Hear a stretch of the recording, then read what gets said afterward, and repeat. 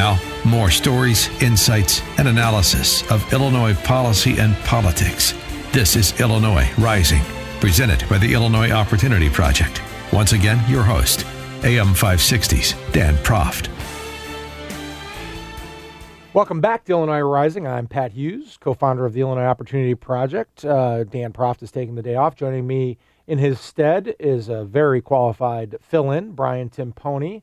And Brian, one of the publications that you and Dan are involved with at Local Government Information Services, Chicago City Wire, did an analysis. There is this idea from Mayor Emanuel that, and Dan calls him Tiny Dancer. I'm not going to call him that, but just, I feel bad if you talk about Emanuel and don't say Tiny Dancer, so I'm going to, with attribution, I'm going to say Tiny Dancer, that graduation rates in the Chicago, and I'm a product of Chicago Public Schools. I didn't graduate from one, but I went to one for years. Maybe that's part of the problem. Graduation rates in the city of Chicago schools are, this is great. People are graduating. Isn't that nice? Look at our graduation rates. We should be touting this from the mountaintops. That's Mayor Emanuel's position. But the analysis is way deeper than that. And the question arises, is graduation rates the real measure of success, given that you could be graduating all kinds of people that have no business graduating? Right. I mean, the qualifications for graduating from a Chicago public school must be quite low. And the analysis we did at Chicago City Wire, what we did was we took the annual PARCC exam, which is the statewide standardized test, that if you pass it according to the test, you are qualified to go to the next grade, right? And if you fail it, you're not qualified to go to the next grade. Seems straightforward enough. Seems pretty straightforward. Right. So that's what it says. That's exactly how the test is devised. And so we said, all right, what percentage of students pass that test and what percentage of students graduate? And we created what we call the graduation fraud index, which is basically a comparison of the two. And we found that pretty much every Chicago public high school has a graduation rate of above 50%, many above 90%. Yet many of them have an annual PARCC exam standardized test passage rate of below 10%. So let's just take an example.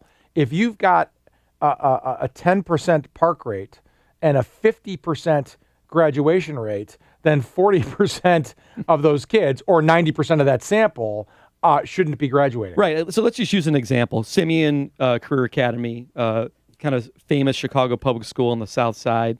Derrick Rose's alma mater. Ben Wilson. God rest his soul. Graduated 91.5% of its students.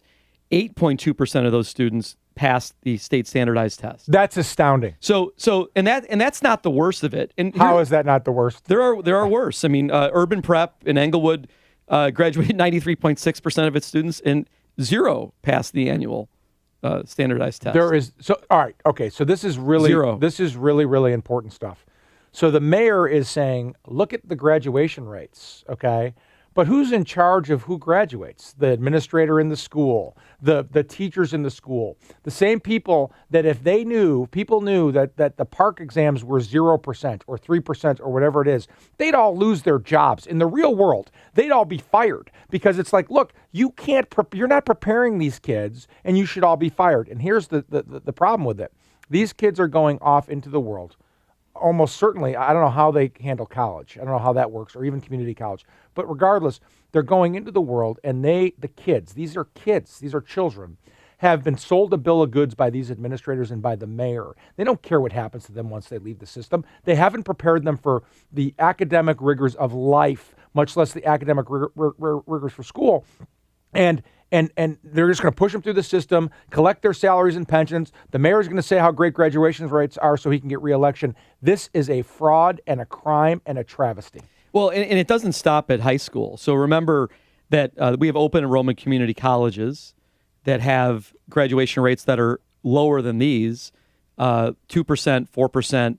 And so if you add it all up and you say from kindergarten through 2 years of college, what percentage of Chicago Public Schools graduates actually get a real education, and how much does it cost? It costs about $300,000 all in for taxpayers to run them through that whole gamut.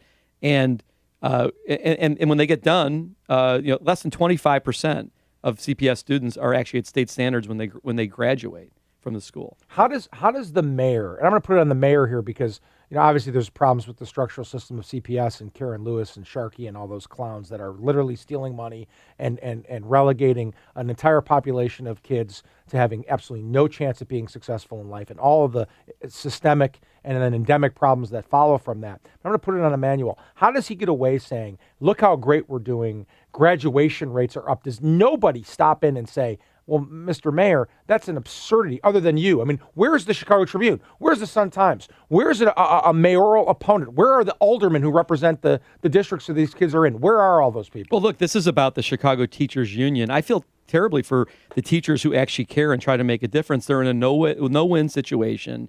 There are state mandates and work rules, requirements that basically kill their spirit and their entrepreneurial educational value in this equation. Look, when you're in a situation that has no competition, you are doomed to fail. This is all political. It's meant to get votes. Ron doesn't want to take on the union, and so he's not going to actually hold them account. Remember, the union is against the standardized testing. They don't want it because they see that it exposes them.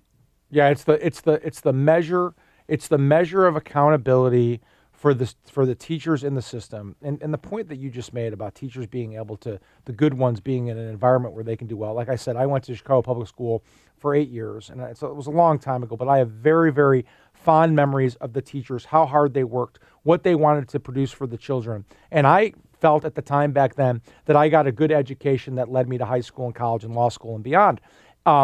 Those teachers that come into that system, they either leave because they're burned out or they ultimately feel they put their hands up and say, I've got to comply. And that's a travesty.